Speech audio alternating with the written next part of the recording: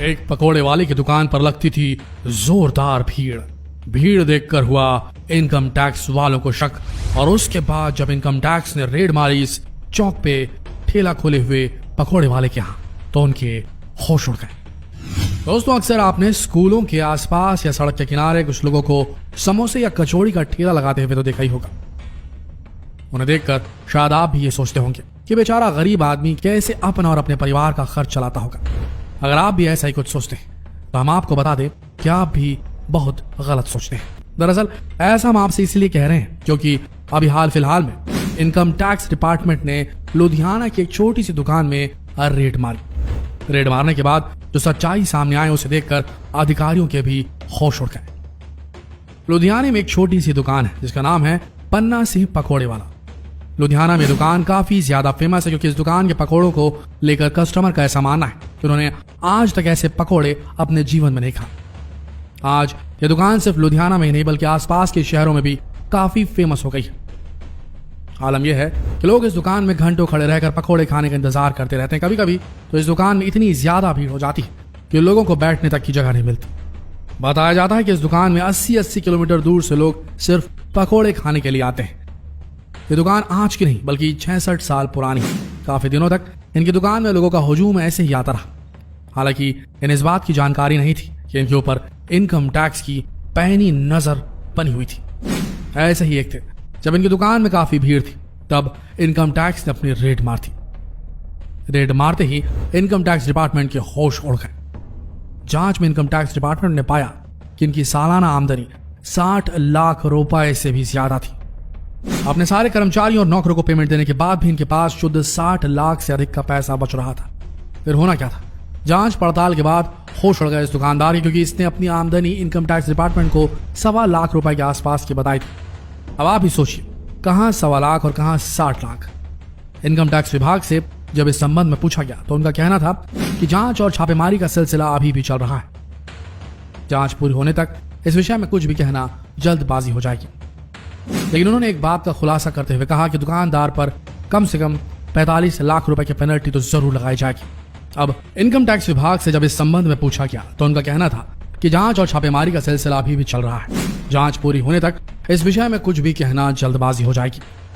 लेकिन उन्होंने एक बात का खुलासा करते हुए कहा कि दुकानदार पर कम से कम 45 लाख रुपए की पेनल्टी तो जरूर लगाई जाएगी। अब आप खुद ही सोचिए दोस्तों, हम जिन स्ट्रीट फूड्स को सोचते हैं कि ये कितना कमा लेते होंगे, लेकिन ये स्ट्रीट फूड वेंडर्स भी जबरदस्त कमाई करते हैं और बेहद अमीर भी होते हैं। तो अगली बार आप भी जब किसी दुकानदार या ठेले वाले को देखें तो उसे गरीब समझने की भूल तो बिल्कुल भी ना करें।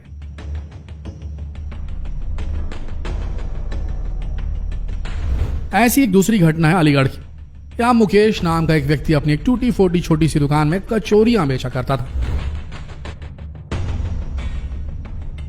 मुकेश ये काम 10 या 12 सालों से लगातार करते आ रहा था।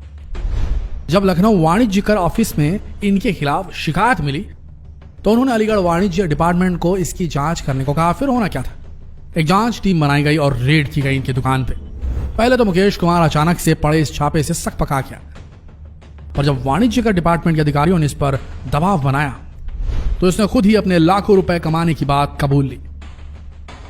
टीम के मुताबिक कचौड़ी की बिक्री और लागत को काटकर भी मुकेश कुमार का सालाना टर्नओवर 60 लाख से ज्यादा निकला।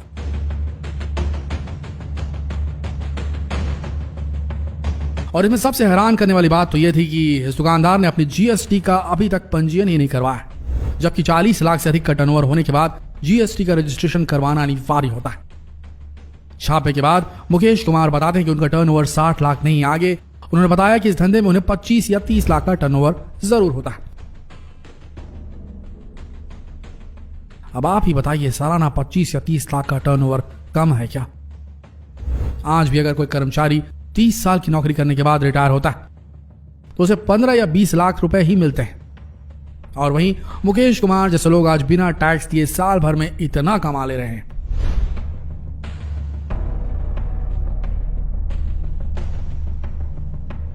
हाल फिलहाल में प्रधानमंत्री नरेंद्र मोदी ने 13 अगस्त को देश के पहले charter of tax payers rights को लॉन्च किया। उन्होंने लोगों से इस बात की अपील की थी कि 125 करोड़ की आबादी वाले देश में आज केवल 1.5 करोड़ लोग ही इनकम टैक्स पटाते हैं।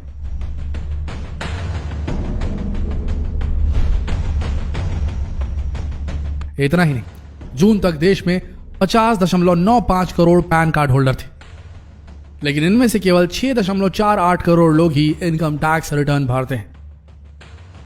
टैक्स चोरी को हमारे देश में बहुत बड़ा क्राइम माना जाता है। यदि कोई व्यक्ति किसी भी प्रकार के टैक्स जुर्माने या ब्याज को कम करने या गिरवी रखने या अपनी आय को रिपोर्ट करने में किसी भी तरीके से धोखाधड़ी का प्रयास करता है तो उसे कम से कम 3 महीने से लेकर 7 साल तक की सजा भुगतनी पड़ सकती है।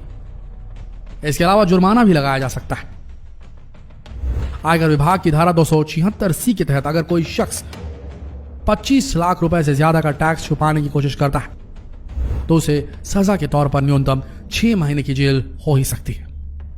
यदि टैक्स की राशि 25 लाख रुपए से कम की है तो उस स्थिति में धारा 276C(2) के तहत करदाता को न्यूनतम 3 महीने की जेल या अधिक से अधिक 2 साल की सजा हो सकती है। आपको बता दें कि इस धारा के अंतर्गत आपके खिलाफ तभी मामला दर्ज कराया जा सकता है जब आपने जानबूझकर टैक्स छिपाया हो। हालांकि आयकर नियमों के मुताबिक किसी भी व्यक्ति को उसकी सफाई का मौका दिए बिना उस पर किसी भी तरह का जुर्माना या फिर अन्य कोई सजा नहीं दी जा सकती है। तो दोस्तों समझ लीजिए, 1 अप्रैल आ चुकी है और 31 मार्च जा चुका है। आपके पास अभी भी मौका है कि आप अपना इनकम टैक्स पे करें और देश की प्रगति में अपना योगदान दें। चोर कहलाने से अच्छा है कि एक सजग नागरिक कहलाएं। कुछ % ही आपको अपनी आय का देश की सेवा में लगाना है और इसका फायदा आपको और आपकी आने वाली पीढ़ियों को मिलेगा। ऐसे ही तो बनेगा भारत सुपर पावर, नहीं तो कहां कोई चांस है। जितना हो सके इस वीडियो संदेश को देश भर में फैलाइए। फेसबुक में, व्हाट्सएप में, यूट्यूब में, हर जगह शेयर कीजिए। मिलते हैं अगले वीडियो में नई जानकारी के साथ। धन्यवाद।